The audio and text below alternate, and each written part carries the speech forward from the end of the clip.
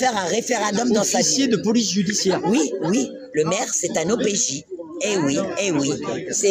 Mais ça, c'est tout. Ça, c'est une éducation à faire. En France, d'accord, en France, on n'éduque pas les Français comme ça devrait être sur ce qu'est réellement la politique. Je vous le redis encore, le maire, c'est un OPJ. Donc, si demain, avec ces histoires de critères, par exemple, le maire te fait un référendum dans sa ville, les adhérents et tout ça de la ville vont voter, par exemple, non. Ben, le maire est obligé de s'appliquer et de ne pas mettre le critère dans sa ville. C'est une réalité. Alors oui, les préfets vont monter au créneau et vont essayer de contrer la décision du maire.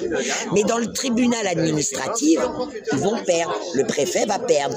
Parce que, je vous le redis encore, le maire de sa commune est le seul capitaine de son vaisseau. D'accord? Ils ont l'OPJ, ils ont droit de faire des référendums et ils ont droit de faire des décrets. Donc, le maire qui fait son référendum, la population dit non aux critères. Il est obligé d'appliquer. Tu vois ce que je veux dire?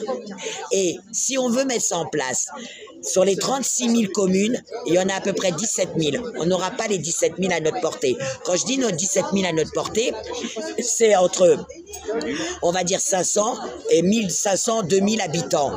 C'est facile d'aller tracter chez eux.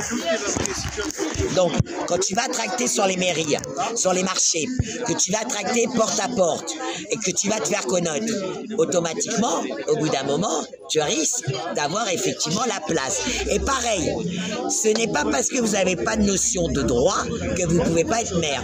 Parce qu'il faut savoir qu'être maire, ce n'est pas être seul dans son vaisseau. À côté de ça, vous prenez du personnel qui, eux, sont calés dans le droit. Donc j'appelle tout le monde dans les villages, présentez-vous dans vos mairies, récupérons les mairies. Parce que, attends, pour finir, si aujourd'hui,